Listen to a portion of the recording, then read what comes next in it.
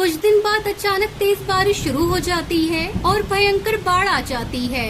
बाढ़ का पानी जंगल के सब पक्षियों के घरों में घुस जाता है और जंगल के पक्षी घर छोड़कर इधर उधर भागने लगते हैं। कड़कनाथ सेठ की हवेली भी बाढ़ से नहीं बच पाती, मगर टुनटुनी चिड़िया का कागज का घर बाढ़ में भी शान से खड़ा रहता है। ये कहानी कागज के खिलौने बनाकर बेचने वाली गरीब टुनटुनी चिड़िया की है। टुनटुनी चिड़िया अपने पति कालू कौवे और बेटी सुनहरी चिड़िया के साथ ढोलकपुर के जंगल में रहती थी। वो रंग बिरंगे कागज से तरह तरह के खिलौने बनाकर जंगल के बाजार में बेचती थी। लो भाई, आ गई टुनटुनी कागज के खिलौने वाली। कागज की नाव, कागज का घर, कागज के फूल, जो अच्छा लगे खरीद लो। आओ भाई आओ, कागज के खिलौने वाली आई। टुनटुनी, ये कागज की फिरकी और नाव कितने का है? तब तक आप लोग हमारे इस वीडियो को लाइक और अगर आपने हमारे चैनल को सब्सक्राइब नहीं किया है तो जल्दी से सब्सक्राइब कर लें और कमेंट सेक्शन में जरूर बताएं कि आपको हमारी ये कहानी कैसी लगी। ना कम ना ज्यादा, सब मिलके 50 रुपया का है, कहो तो तुम। हाँ दे दो टुनटुनी, पूरे जंगल में भी तेरे जैसे कागज के खिलौने नहीं मिलेंगे। टुनटुनी चिड़िया ऐसे सुंदर खिलौने बनाती थी कि देखने वालों की नजर उन पर से हटने का नाम ही नहीं लेती थी और इसलिए उसके खिलौने हाथों हाथ बिक जाते थे। एक दिन टुनटुनी चिड़िया जंगल के बाजार में खिलौने बेच रही थी कि तभी दो कबूतरी शहर के जंगल से टुनटुनी चिड़िया के पास आती है और उससे कहती है, हमारा कागज के खिलौनों का कारोबार है। हमने सुना है कि आपके जंगल में कई चिड़िया और कौवी कागज के खिलौने बनाती हैं। इसीलिए हम आपके जंगल में कागज के खिलौने बनाने की एक छोटी सी प्रतियोगिता रखने जा रहे हैं। उस प्रतियोगिता में जो पक्षी प्रथम आएगा उसे हमारी तरफ से 1 लाख का इनाम मिलेगा।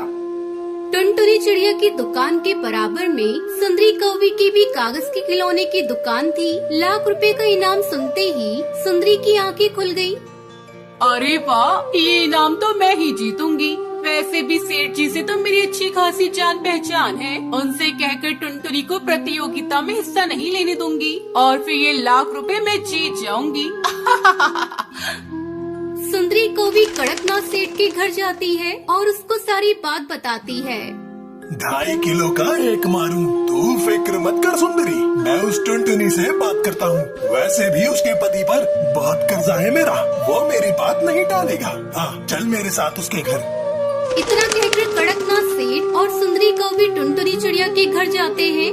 अरे सेठ जी आप 2.5 किलो का एक मारूं। सुन टुनटुनी, अगर तुझे यहाँ रहना है तो तू इस कागज की प्रतियोगिता में हिस्सा नहीं लेगी। अगर तूने लिया तो मैं तेरे घर को आग लगा दूंगा और इस जंगल से बाहर फिपा दूंगा।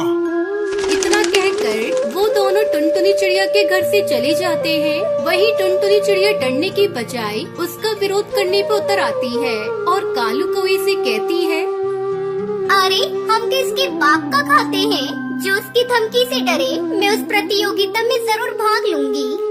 नहीं टुनटुनी, मान जाओ, तुम उसमें हिस्सा मत लो। सेठ का कहर हमसे बर्दाश्त न होगा। आप चिंता नहीं कीजिए जी, कुछ नहीं कर सकेगा वो सेठ। लाख मना करने पर भी टुनटुनी चिड़िया उस प्रतियोगिता में हिस्सा ले ही लेती है और प्रथम स्थान पर आती है। हमें आपके बनाए पेपर टॉय बहुत पसंद आए टुनटुनी जी, इसलिए अब आप हमारे लिए खिलौने बनाएंगी और ये रहा 1 लाख का इनाम। बधाई हो। कड़कनाथ सेठ को जब इस बात का पता चलता है तो उसका खून खौल उठता है। वो टुनटुनी चिड़िया से दुश्मनी करने लगता है। 2.5 किलो का एक मारूं, हमारे मना करने पर भी ना मानी ये टुनटुनी। इसके साथ इतना बुरा करूँगा कि रूह कांप जाएगी। कड़कनाथ सेठ का एक भला पक्षी हरिया तोता टुनटुनी चिड़िया को सारी बात बताता है। फिर टुनटुनी चिड़िया कालू कौवा अपनी पत्नी को लेकर उस जंगल से नदी पार वाले जंगल आ जाते हैं। 2.5 किलो का एक मारूं, कहाँ गए सब? सुनो पक्षियों, आग लगा दो इसके घर में। सेठ के ये कहते ही उसके पक्षी टुनटुनी चिड़िया के घर में आग लगा देते हैं। वहीं टुनटुनी चिड़िया कालू कौवा अपने लिए घर ढूंढने लगते हैं। जंगल के थोड़ी दूर जाने पर उन्हें घायल पक्षी मिलता है जो दर्द से करहा रहा होता है। कोई है? मुझे बहुत भूख लगी है, कुछ खाने को दे दो, मैंने कई दिन से खाना नहीं खाया। उसकी आवाज सुनकर टुनटुनी चिड़िया कालू कौवा वहाँ पहुँचते हैं। क्या हुआ आपको? आपके कैसे चोट लग गई? मैं अपने बच्चों के लिए दाना लेने जा रहा था। रास्ते में मुझे कुछ जंगली पक्षी मिल गए और उन्होंने मेरा ये हाल कर दिया। टुनटुनी चिड़िया अपनी पोटली में से उसे रोटी दे देती है। जैसे ही वो रोटी खाता है वो एक लाल परी में बदल जाता है। टुनटुनी चिड़िया कालू कौवे से देखकर हैरान हो जाते हैं। मुझे देखकर तुम दोनों हैरान मत हो टुनटुनी, तुम एक भली चिड़िया हो और मैं तुम्हारा इम्तिहान ले रही थी। तुमने अपनी भूख की परवाह नहीं की और मुझे अपनी रोटी दे दी। सुनो टुनटुनी, तुम कागज के खिलौने बनाती हो ना, आज से तुम्हारे हाथों में वो जादू होगा कि तुम अपने मन में जो भी सोचकर किसी कागज को छुओगी वो कागज वैसा ही बन जाएगा। ये कहकर वो लाल परी वहाँ से गायब हो जाती है। टुनटुनी चिड़िया खुशी से फूली नहीं समाती और वो इधर उधर से ढेर सारे कागज इकट्ठे करने में लग जाती है। इतने सारे कागज क्यों इकट्ठा कर रही हो टुनटुनी? कालू जी, हम इनसे अपना घर बनाएंगे, कागज का आलीशान घर। ये सुनकर कालू कौवा हैरानी में पड़ जाता है और टुनटुनी चिड़िया से कहता है, अरे ये क्या पागलपन सवार हो गया है तुम पर भला? कागज का घर तो पानी में गल सकता है, आग में जल सकता है और आंधी तूफान में उसके परखच्चे उड़ सकते हैं। आप देखते जाओ जी, ऐसा कुछ भी नहीं होगा। ये कहकर टुनटुनी चिड़िया दिन रात कागज का घर बनाने में लगी रहती है और ये आलीशान घर बना ही लेती है। फिर घर में लगे कागज को छूकर मनी मन कहती है, ये कागज लोहे से भी मजबूत हो जाए।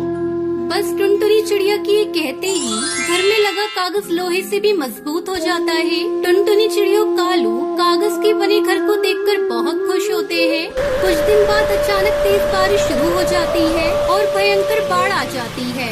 बाढ़ का पानी जंगल के सब पक्षियों के घरों में घुस जाता है और जंगल के पक्षी घर छोड़कर इधर उधर भागने लगते हैं। कड़कनाथ सेठ की हवेली भी बाढ़ से नहीं बच पाती, मगर टुनटुनी चिड़िया का कागज का घर बाढ़ में भी शान से खड़ा रहता है। फिर टुनटुनी चिड़िया कालू कौवा अपनी बेटी सुनहरी के साथ कागज के बने घर में खुशी खुशी रहने लगते हैं।